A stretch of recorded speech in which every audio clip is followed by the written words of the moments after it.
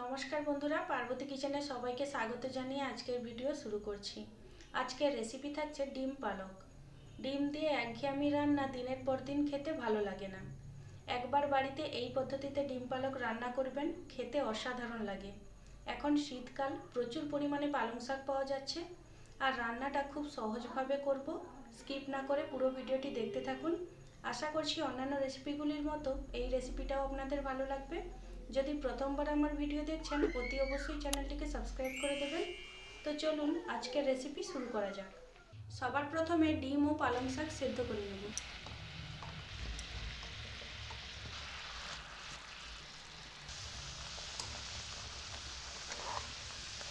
খুব বেশি পালং শাক সেদ্ধ করব না, 2 থেকে 3 মিনিট সেদ্ধ করে নেব।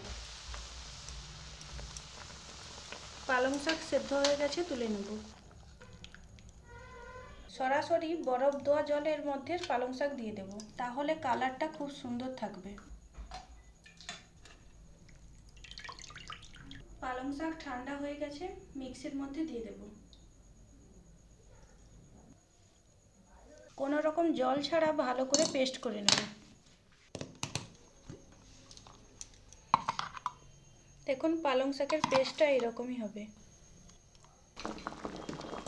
ডিম সেদ্ধ হয়ে গেছে, তুলে নেব।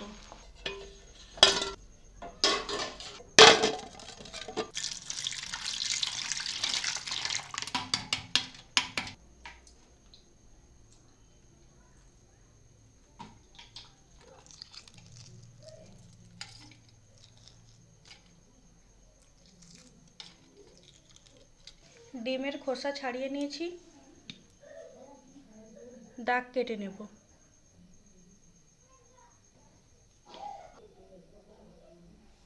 তেল গরম হয়ে গেছে, ডিমগুলো ভেজে নেব।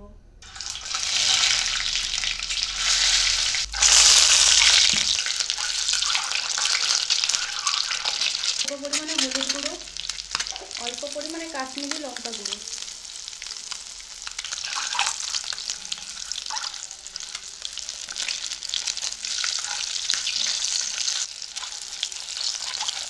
ডিমগুলো লাল করে ভাজা হয়ে গেছে, তুলে নেব।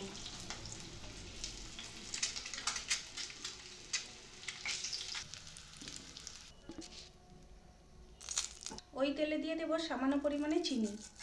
চিনি ফুলে উঠেছে, দিয়ে দেব একটা তেজপাতা, দারচিনি, 3টে এলাচ, 2টো লবঙ্গ। এই সময় দিয়ে দেব কুচনো পেঁয়াজ।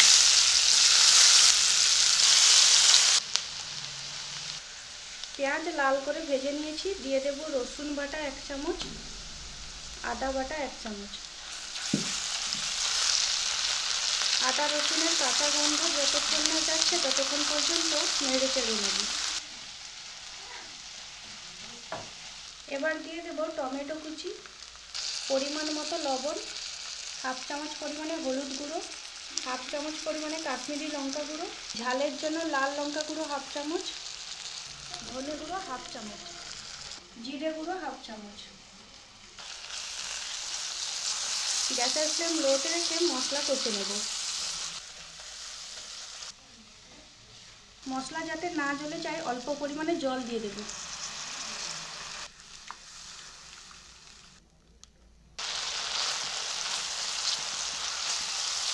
মশলার থেকে তেল ছাড়তে শুরু করেছে, এবার দিয়ে দেবো পালং শাকের পেস্ট।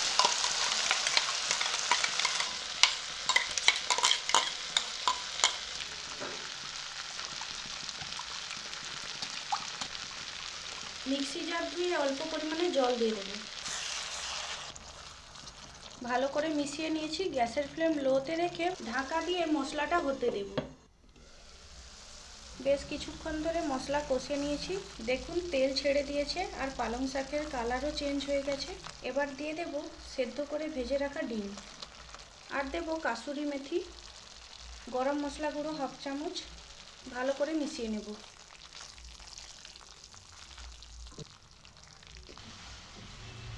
অল্প পরিমাণে গরম করে রাখা জল দিয়ে দেব।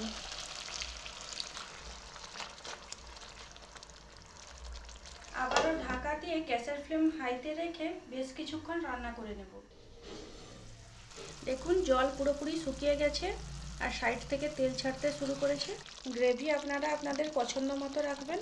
আমি খুব বেশি একটা গ্রেভি রাখছি না, হাফ চামচের একটু কম বাটার দিয়ে দেব। বাটার দিলে খুব সুন্দর একটা ফ্লেভার হয়। রান্নাটা সম্পূর্ণভাবে হয়ে গেছে, গ্যাসের ফ্লেম বন্ধ করে নামিয়ে নেব।